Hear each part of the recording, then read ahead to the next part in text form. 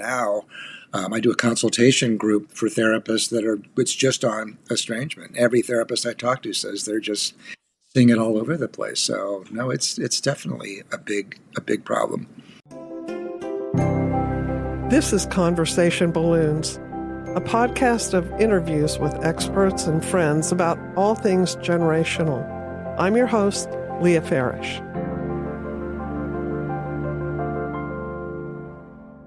We're talking today to Dr. Joshua Coleman. He's a psychologist, author, and speaker, and he wrote Rules of Estrangement, Why Adult Children Cut Ties, and How to Heal the Conflict, as well as a previous book, When Parents Hurt, and others.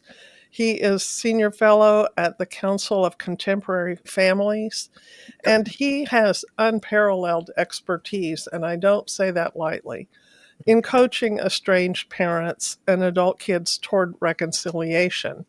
He has the unwanted qualification of having gone through the pain of estrangement with his adult daughter for a few years and was able to reconcile. And so we're so honored and thrilled to talk to you today, Dr. Coleman. Well, thanks so much for having me. I'm honored to be here. I've been struck by your combination of objectivity and yet empathy as you write about these problems. You have a weekly webinar in which you talk with families that are experiencing estrangement. Is that right? That's correct. Yeah. Well, you've called it a silent epidemic. How so? Well, it's silent because of the amount of shame that parents feel in talking about it. You know, if you look at the estranged adult children, there's tons of first-person essays from the estranged adult children's perspective, but there's almost no first-person essays from the perspective of the parent. And that's because parents feel two things. One is a deep feeling of shame about the estrangement.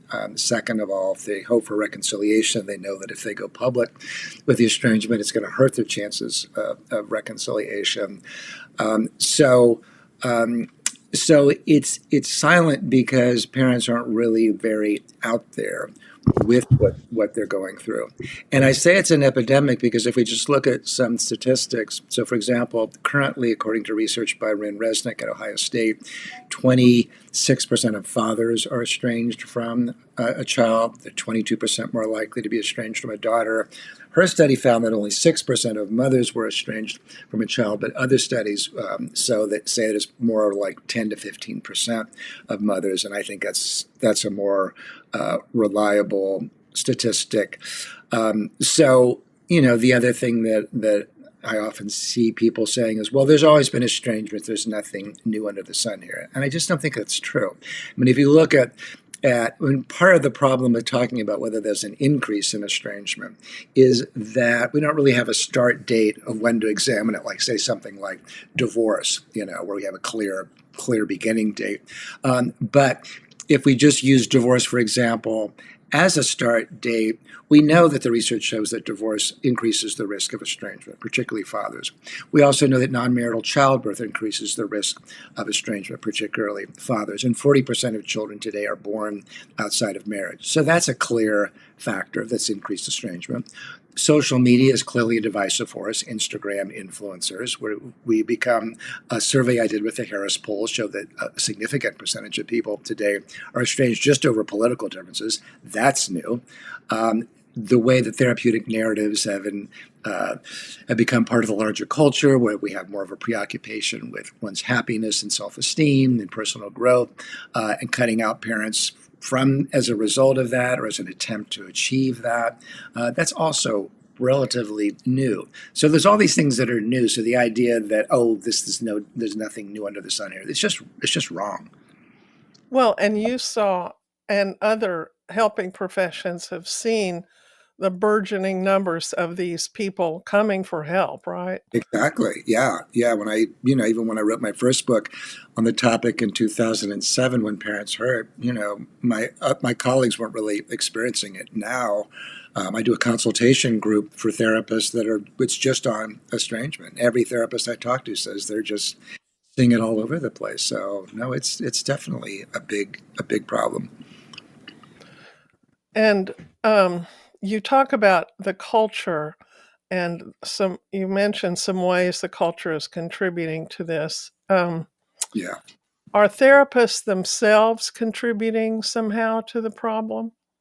I believe that they are. Therapists have become the new high priests, the ones who determine who's safe to keep into your life, who's not, who's crossing your boundary, who's a narcissist, who's a borderline, who's a sociopath, and we have enormous social authority. And a letter that I often see from adult children to the estranged parent is, "Well, my therapist says it's not good for my mental health to have a relationship with you," or "My therapist says you're a narcissist," or "My therapist says you're emotionally incestuous." Now, maybe all that's true. We don't know. But if the therapist isn't talking to the parent, then they aren't really qualified to make those kind of determinations. Therapists have become what the sociologist Alison Pugh refers to as detachment brokers. We sort of help people detach from the prior feelings of obligation, duty, responsibility that animated prior generations. Now, I'm not here to say that all estrangements are bad, or even that one can't empathize with them. I certainly have had adult children in my practice where I could easily understand why they could or would estrange themselves. There are parents out there who are kind of unrepentant, who are unwilling to change, who are unwilling to take responsibility, who remain deeply hurtful, shameful, critical, negative towards their child, and so it's not hard to empathize with why they might give up on trying with the parent. But therapists, I think, too often, not all, but many therapists, I think, are too quick to support estrangement as an act of self-care rather than really working hard to find a different way towards reconciliation. And there's something about the history of parenting that has changed, right? You've made Right. several really perceptive observations, I think, about how the unestranged parenting process has maybe contributed a little bit. What are some of those factors? Well, yeah, I mean, the old days of honor thy mother and thy father, respect thy elders, family is forever has been replaced with this much more kind of therapeutic language of self-care. And therapists in many ways have created that. We have much smaller families. It's one thing if you've got eight, you're born and you have eight children, each the psychology and the emotional well-being of any one particular child is going to be sacrificed to the larger good. And older generations weren't, or prior generations in particular, weren't as preoccupied with their children's happiness and self-esteem and the like. And there's good news, bad news there as well. If you look at parenting surveys in the 1920s, for example, what you see is that parents wanted their children to respect them, if not to fear them. Today, what parents want is their children to love them, and they don't assume that they're even going to love them. So they feel like they have to work extra hard to do that. There's nothing that guarantees a close relationship with between a parent and adult child, and it's really on the adult child to decide whether they want to keep that parent in their life or not. So nothing compels a relationship between the adult child and the parent to have a continued relationship together.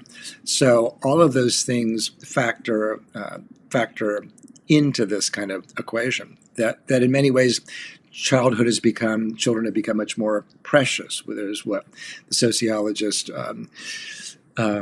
last name Zelniker refers to as the sacralization of the child. Children have become much more sacred to us, much more important, much more central to our happiness and well-being. Any individual child, so we're much more invested in their well-being. But we've also given them enormous power to kind of hurt us by withdrawing or by weighing in against us as parents and the like. Hmm. And you talk about how the modern young person has been encouraged to constantly monitor their self-actualization and their gratification from any given relationship to check and see if this still warrants their attention and investment. And Exactly. so, it can change from day to day. And that's certainly not how parenthood begins and proceeds. It's a completely different thing.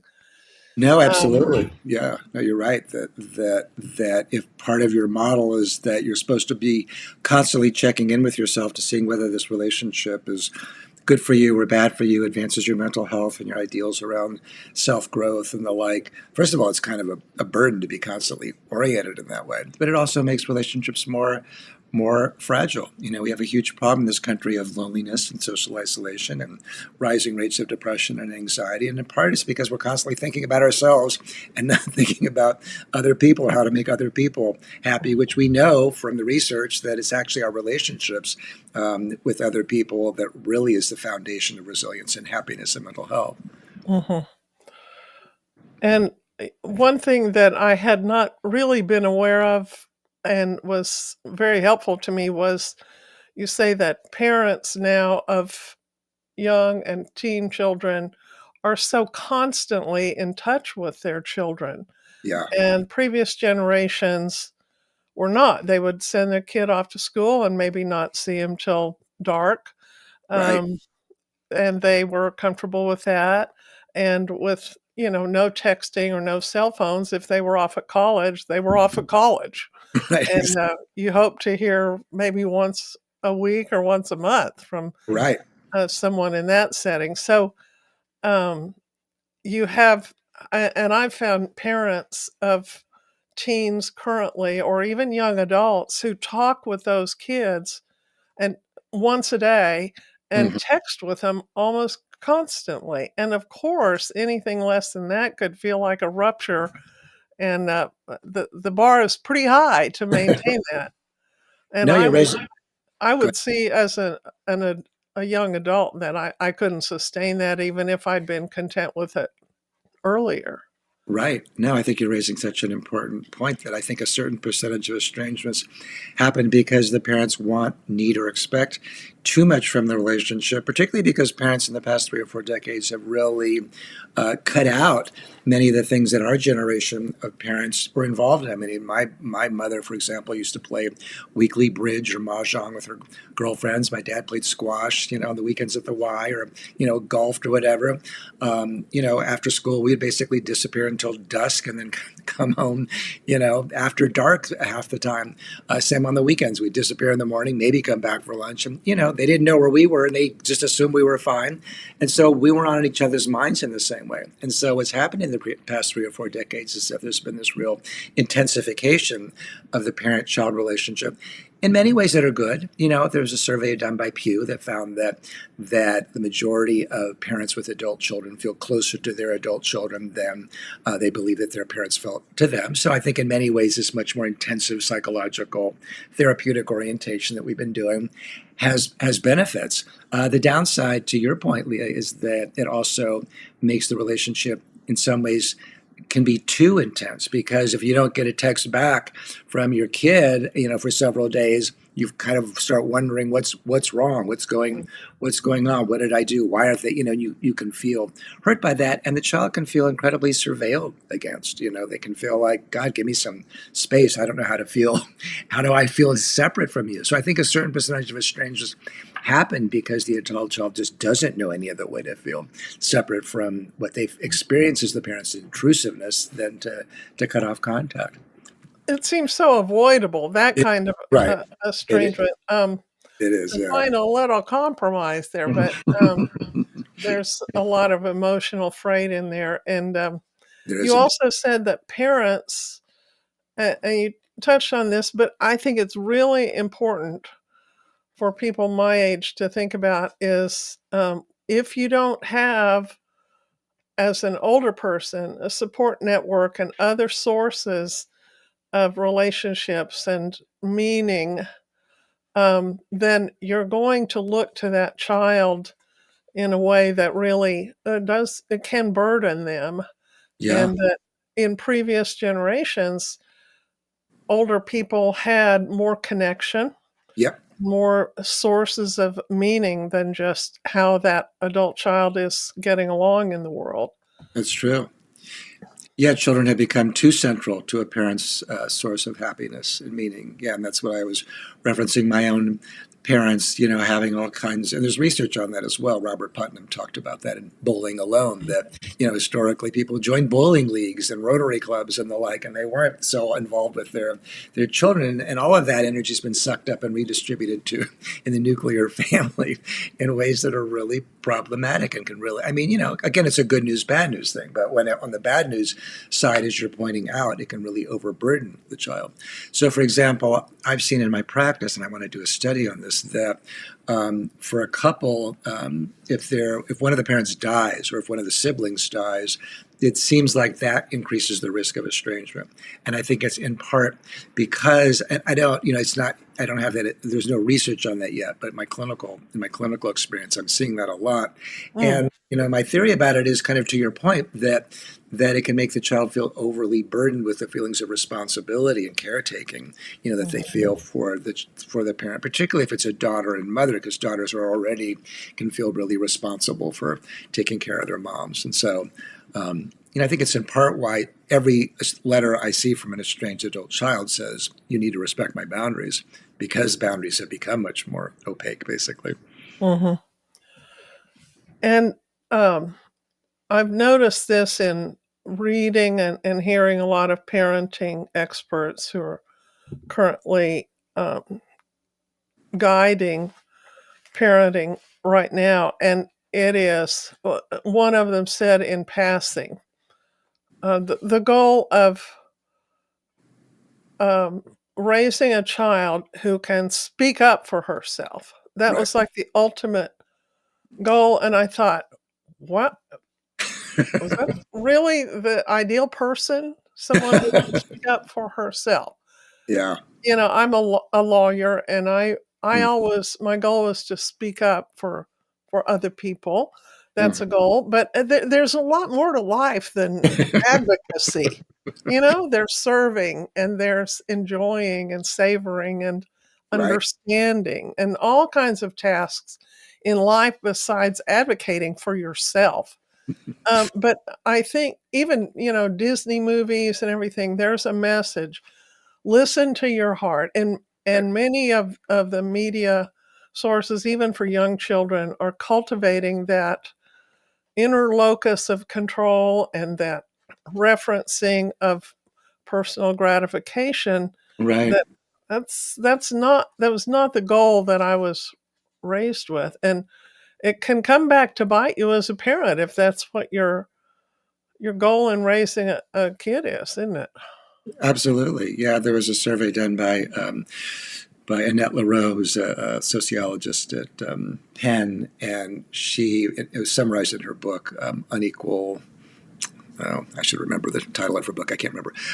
Anyway, but she looked at parenting differences between working class and middle class parents and found that parents in middle classes across ethnicities and cultures, at least in the United States, were engaged. Although I think she just compared black parents and white parents, but class was a bigger determinant of parental behavior than race was.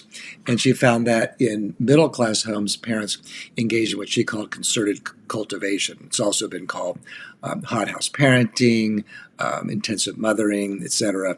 But they engaged in a form of parenting which was really oriented towards exactly what you're saying, Leah, towards helping the child develop their voice and their assertiveness. And she gave the example of, okay, well, if you're going to go to the doctor, what kind of questions do you have for the doctor, and what do you want to know, and sort of encouraging the child from a very young age to be very self-possessed and assertive and thoughtful about what they want and need, etc. Whereas in working class families, there wasn't that same preoccupation. Mhm. And so, again, the good news is that, yeah, it does require a certain amount of self-possessiveness to be able to succeed in life, to be able to be assertive, but it isn't necessarily a pathway to happiness. I mean, the research is pretty clear that in those societies that define happiness in terms of one's relationships and identification with a group, they're much more happy than in cultures like ours, where happiness is defined in this very individualized pursuit of my own personal growth way. So I think it is a problem. I want to explore with you a few ideas that I've had about some things that could prevent this. And then I definitely want to talk about how you try to conduct reconciliations and the wisdom that you've gained from experience. You have great predictive ability with these families because of your vast experience, but Mhm. um, certainly prevention would be better. Um, Certainly. One thing we did in my family as we were raising kids that I'm glad about is that we didn't allow ourselves, any of us, to slam doors. Mm-hmm. There's a finality about that, rejection about that, a symbolism that I thought was unhealthy. Mm-hmm. And you could go to your room and be alone. Of course, everyone needs space, but you don't slam the door. Sure. It's reasonable. And we I didn't let them use the word hate until they were 13. I said, Mm-hmm. "I don't think that I think that's a strong weapon, and I don't let you use knives, and I don't let you use dangerous chemicals, and we're not gonna let you use that word Mm-hmm. until you're older." And, we don't we didn't throw around name calling and things like that, and we weren't into ultimatums. Mm-hmm. And I think that a parent who uses a lot of ultimatums um, will get ultimatums in return eventually. Sure. And I would just say, I don't do well with ultimatums. Let's talk about coming to a solution together. Sure. Yeah. And I think also letting a kid as they're growing up with you see that you can change and Mm-hmm. you let them change. You show them that you're learning. You show them what you're excited about learning, and you let them see that an adult can keep growing. Because I think that the estranged child is convinced, rightly or wrongly, that the parent has finished Uh-huh. and cannot change. Right. And one I, thing I've learned from young adults is they feel that their childhood and teenage years growing up in the home was kind of a classroom where they listened to that teacher or those teachers, the adults, for 20 years. mm-hmm. And they're finished Mm-hmm. with that now. Sure. And they want to hear other voices, and they feel, rightly or wrongly, that they got the message, whatever it is, and you didn't even know you were given that message. Right. They feel like they got it constantly, and if they didn't like that message, it's time to quit hearing that. And I think if a parent all through childhood and teen years, especially, is showing, I understand that you can change, and I want to hear who you are today. Mm-hmm. I want to keep current with you. Or through college. That can be really hard. It was hard for me Sure. to see my kids hearing so many other voices and being around other people Yeah. all the Sure. time and off of Other college and influences. Yeah. new relationships. It's a little bit threatening, Yeah. but Sure. to say, I have counted on you growing and learning new things, and I want to hear what that is. Just all these ways of literally and figuratively keeping the door open.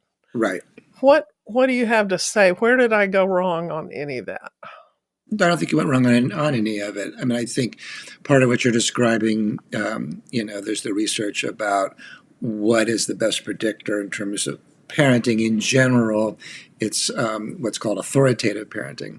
And authoritative parents are kindly and interested in their children and loving, but they also have a clear sense of their own authority. So they're not so interested in their child's happiness or the like that they cede their own power and authority as a parent. So they're able to set limits if they need to correct the child's behavior when they're growing up. But they also make it clear that they're coming from a place of love and not control. That's countered by authoritarian parents, where it's my way or the highway. You're going to do it because I told you to do it. I don't owe you an explanation. I'm not interested in your thoughts or feelings. And then there's neglectful parents, and parents who just let the kid do whatever. They're not really showing, or they don't have the ability to really rein in the child's behavior. So I think, particularly in this moment where, you know, therapeutic narratives are really the way that people define themselves, parents have to become much more psychological, much more sensitive, much more tuned in, because when children become adults, the culture gives them much more permission to cut off the parent than they would have in our generation, or in many, if not most, other cultures worldwide, particularly if you get away from Western democracies, for example. So, but I also think it's important for parents to know that nothing can completely immunize you from a future estrangement, because you may become estranged because, despite your kid coming from a loving home, they marry somebody who's very troubled, and that person says, choose them or me. You can't have both. Or your kid develops a mental illness. They become psychotic or develop mania or some other kind of psychiatric illness that causes them to distance themselves from you or to blame you for their problems. They may get involved with a bad therapist who assumes every problem in adulthood stems from traumatizing parents, even if that's not the case. You may get divorced, and your partner may poison the child against you. I thought it was so wonderful to have some actual statements that are helpful to make toward an estranged or estranging child, where this is either looming or you're trying to reconcile. Yeah, In different places in your book, you suggest saying things like, I see how you might be in a better place if I had done things differently. yeah, right. Or I've had blind spots. Hmm. I want to know what I would have to do differently to be in touch with you more. Hmm. Or how about this? Even in marriage, friendship, at work, yes, perhaps you're right. Right. Well, yeah. I mean, you should always It's, start there. If your child's saying you molested them and you know that you didn't, you can't really say perhaps you're right. yeah, But right.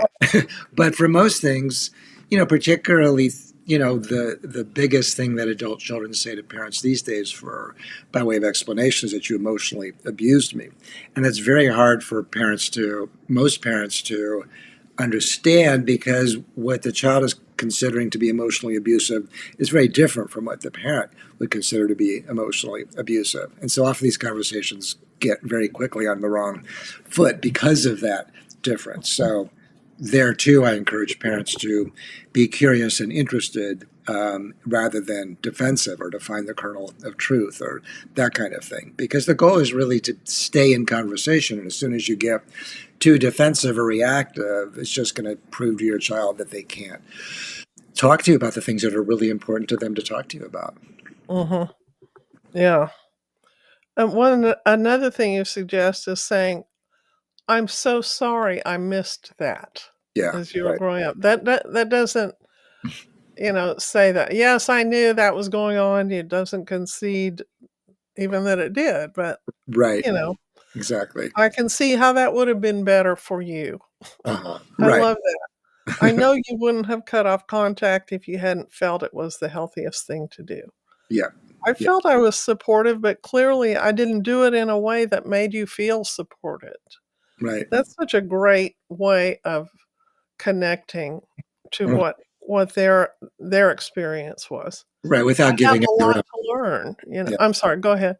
No, no, without giving up your own. I mean, what parents often struggle with is kind of like, well, what about my own reality? And I think that, part of the goal of making statements is to have a foot in your own reality and a foot in theirs. So in saying, well, it's clear that I have blind spots, that I didn't know that that was so hurtful to you, but I want to learn more. It's a way to kind of say, look, yeah, you're right, I didn't know, but I want to know now, kind of thing.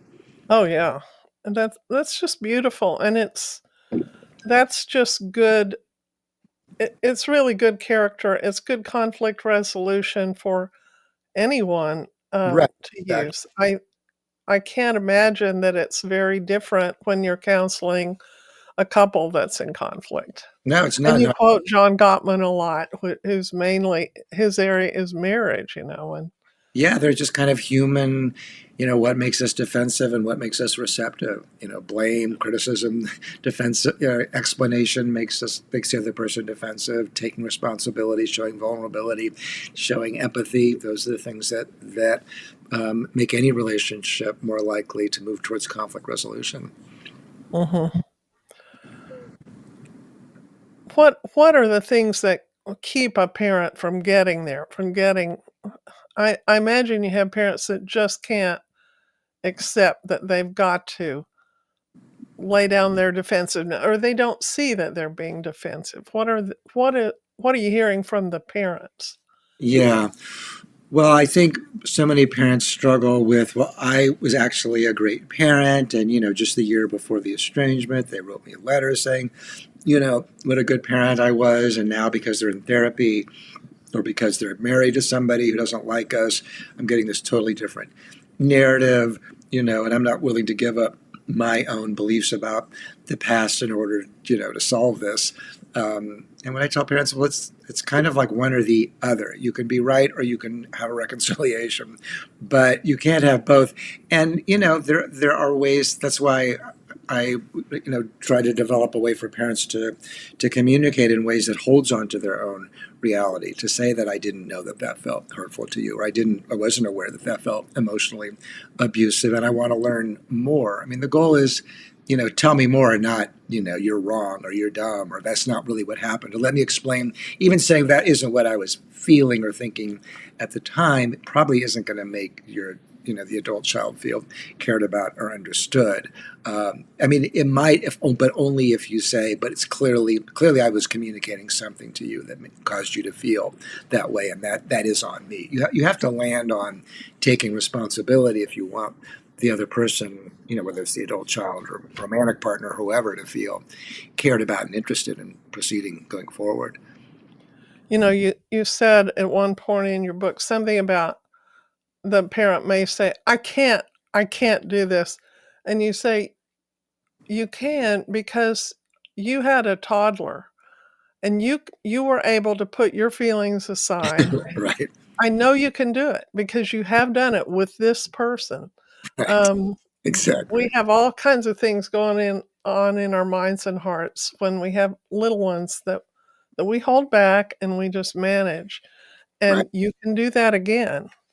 Um, I Right. think it was smart to say at one point, the relationship that you're gonna have if you do reconcile is not you're not going back Mm-hmm.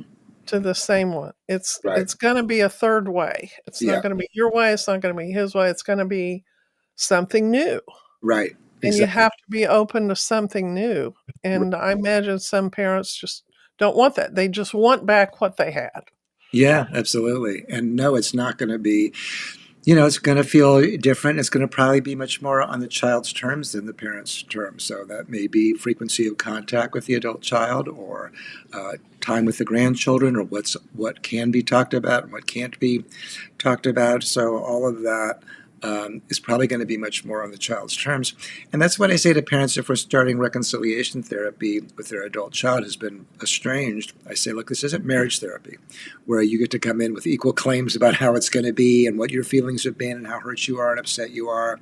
It's much more like your spouse has left you and they're open to doing a session to see if it makes sense to try to get back together, but it's going to be on their terms, and that's the way this is going to be. So it's much more about your developing empathy and understanding for why your adult child felt like this was the healthiest thing for them to do, and what you need to change in order to make the relationship better in their mind going forward. Now, some parents aren't willing or able to do it, and I'm like, okay, well, I'm not telling you what to do to be a good person. I'm telling you what to do to have a reconciliation. This isn't a moral position. It's more strategic than that. Well, when an estrangement has happened, you contact the one who wanted the estrangement, and you diplomatically suggest that they come in and have a session with you and the other one.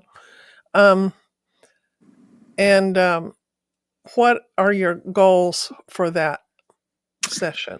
Yeah, I mean, I don't always do it. Typically, I start with seeing if the parent has written the adult child an amends letter where they do take responsibility and show empathy, and Okay, so that comes that first. comes first in general. Yeah, but if they've Tell us about that, the amends letter. okay. Yeah, an amends letter shouldn't be too long, maybe a couple of paragraphs, but the main goal is to take responsibility, to show empathy. If the parent knows what the complaints are, to find the kernel, if not the bushel of truth, the complaints, to not defend, to not explain, to not push away, to not belittle, to not push too hard for forgiveness. If they don't know, then I encourage them to write what I call flush them out of the bushes letter, because a certain percentage of estrangements happen because the adult child is conflict avoidant. So in that letter, I might have them start by saying something like, just writing to see if it's possible to open up a dialogue. I know you wouldn't have cut off contact unless it was the healthiest thing for you to do. That said, I don't completely understand and would like to. It's clear that I have significant blind spots as a parent or person, that I don't have a better understanding, but I'm wondering if you'd feel comfortable writing or telling me. I promise to listen or read purely from the perspective of listening and learning, and not in any way to defend myself. Or if you prefer to do this with a therapist, I would welcome that as well. Hopefully you'll let me know. Love, Mom, Dad, etc. So if the parent has done the amends letters and has gotten nothing back, then I might reach out to the adult child on the parent's behalf. And in that letter, I would just say, your parent contacted me because of my expertise in family conflict.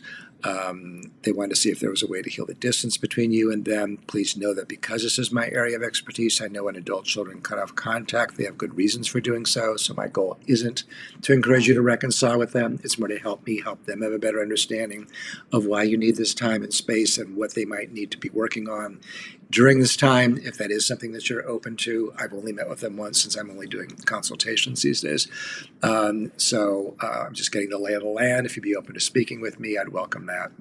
So I mean, probably about, roughly 60% of the adult children I reach out to will respond. Some, maybe 20% respond and say no, thank you. Another 20% might respond with some long diatribe about the parent saying, and don't contact me again.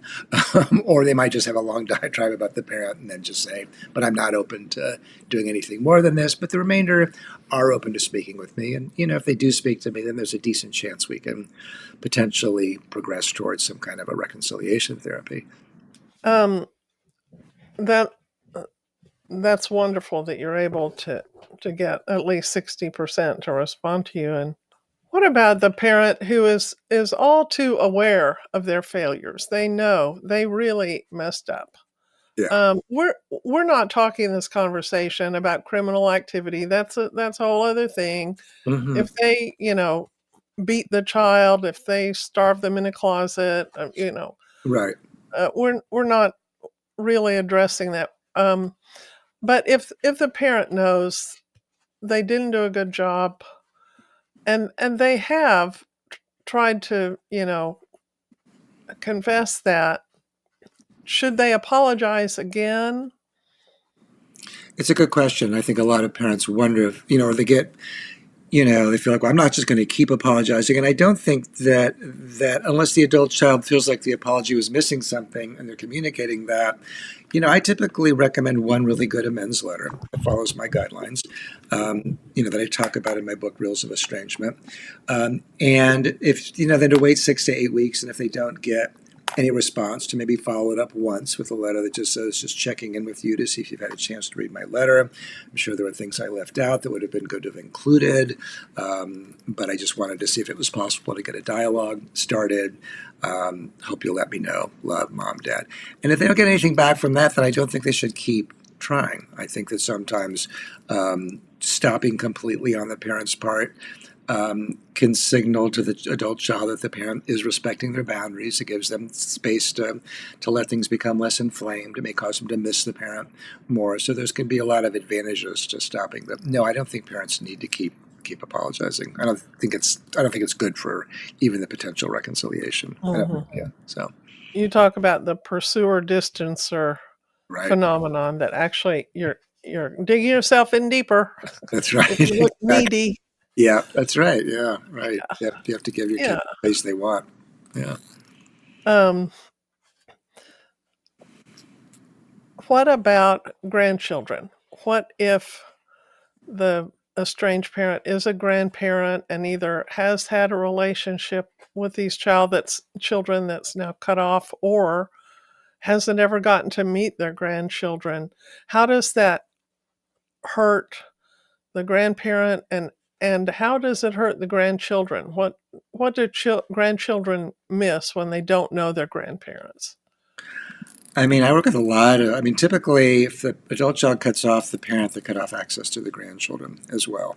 And they'll often justify it by saying, well, if it's not good for me, it's not good for my children. And I don't feel like that's a very, a very reasonable conclusion. Yes, if being around your parent every time you see them, it makes you go crazy and really, deeply affects your ability to parent, then fine. But, the idea that you couldn't have a conflictual relationship with your parents who happen to be great, very, loving, decent, involved grandparents, I just think is wrong. There's a lot of really, valuable grandparents who get cut off in this process in ways that isn't good for anybody. So, a lot of grandparents say to me, I can almost accept my estrangement from my adult child. What I can't accept is the grandchildren, particularly, the ones who've been, they've been really involved with this. I mean, some of these grandparents have been took care of their grandkids 3 days a week or whatever. During COVID, they all moved in together, and so for the grandchildren, it's a trauma. It's a traumatic experience to have these loving figures that were in your life in an ongoing way suddenly cut off. And some parents might do an okay job explaining it, and some parents wouldn't necessarily do an okay job explaining it. But to your point, some people never even get to meet their grandchildren, and that's also a kind of a trauma to the grandparent. That the role of grandparents is such a powerful, deep role to never either be able to become one or to stop being denied access to your grandchildren is a terrible fate. I mean, I was lucky that my estrangement occurred before my daughter became a mother because I'm very close to my grandson. But if she had cut off contact with him, it would have been horrible, and horrible for me and horrible for him because we're very close. So the grandparent-grandchild relationship, there's not enough said about it, but it's a very, very powerful relationship for both sides. And there have been a few studies that show that a child who is connected with their grandparents does better in school, has more feeling of security and Yeah, love. And you pointed out that the different style of relating and the perhaps different cultural interests or the heritage yeah, that the grandparent brings, in the sense of lineage that they bring to the child, is very valuable to a grandchild.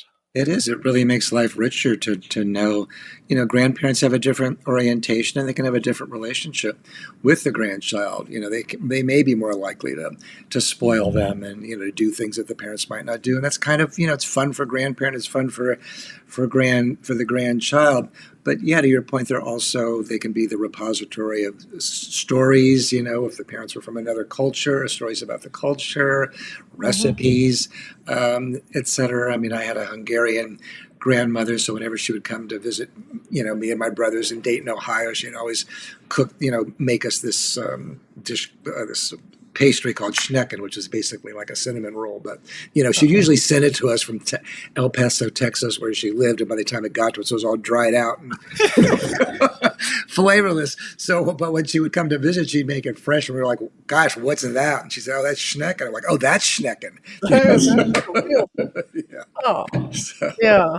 but it's it's a sweet memory, and my mother was close to her mother, so I hear stories about them, and I hear stories from my grandmother. Well, I mean, they're both dead, but I would hear stories from my grandmother, what my mother was like as a child, and those things are deeply meaningful, and they just make life richer. So the idea that you can get everything from your you can get everything to your children just as parents is sort of like people who think they can get everything in life from just their romantic partner. I mean, we're tribal creatures. We need other people to make life valuable and meaningful and to help our happiness and mental health. Hmm. Yeah. It's also just a wee bit too convenient in my mind that the adult child cuts off contact with the parent at the time when the parent may be starting to have some some legitimate needs and some Well, right. caretaking Sure. needs. These are not appealing. This is not a fun stage No. of the parent-child relationship. Mm-mm. It can be grueling. Yeah. It can be just hard. It can be hard on the other relationships that the Absolutely. caretaker has. Yep. There's a lot to that, but um, the prospect of all these older parents going into senescence, their final years, without the practical help Right. of an adult child, to me is heartbreaking, and that's a part of Mm. family life, and they're excusing themselves from that, um, a and not making any provision for alternative Right. ways that those roles can be fulfilled, and the rest of society is gonna have to take up that burden. Right. Exactly. Yeah. It's concerning. It's very concerning. We've sort of lost something important in terms of our valuing of elders, the wisdom of elders. We're in a very narcissistic, youth obsessed culture, and the idea that older people have some kind of value that should be sort of protected and honored and respected and drawn upon is really kind of gone by the wayside. I mean, even time with grandchildren, Gen Z, those born between 1995 and 2012, spend much less time with grandparents than did, say, millennials or Gen X or or boomers. So even time with grandparents has become much more eclipsed by some of these other more personal needs and pursuits. Yeah, that's too bad, and to speak again in terms of prevention, I think, exposing one's children to their grandparents and their sense of history and, the value of grandparents or older people and the beauty of serving a person who has served you, um, of honoring someone who's now weak and unattractive or whatever. That's an important part of training children, and, I remember one time our family visited a professional historian. She had lots of documents from the American founding and everything, and she'd pull these huge drawers out, show show them these things, and that's what I thought I was doing, was helping teach them history, but then she turned to my kids, who were, like, 7 and 9, and said, "Now, where are you from?" And they said, "Tulsa, Oklahoma," and she said, "Why are you from Tulsa, Oklahoma?" And they said, What do you mean?" That our parents live there. And she said, "Why do your parents live there?"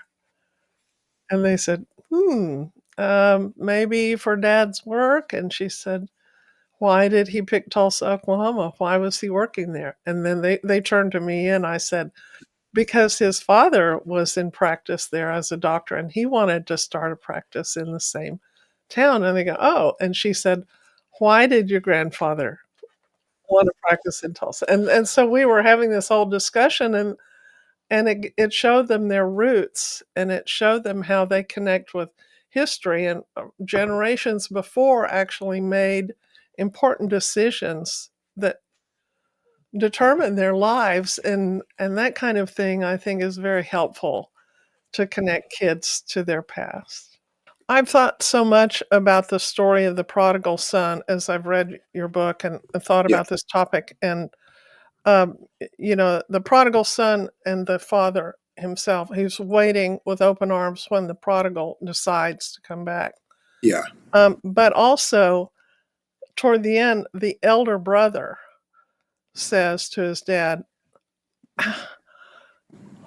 "How come I didn't get a party with the fatted calf killed?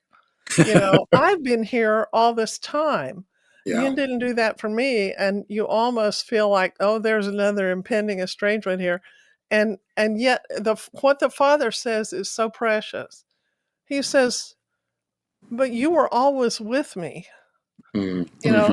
The relationship, the closeness is the important thing. It's not the money that Yeah. the prodigal got, his inheritance early and went out and squandered.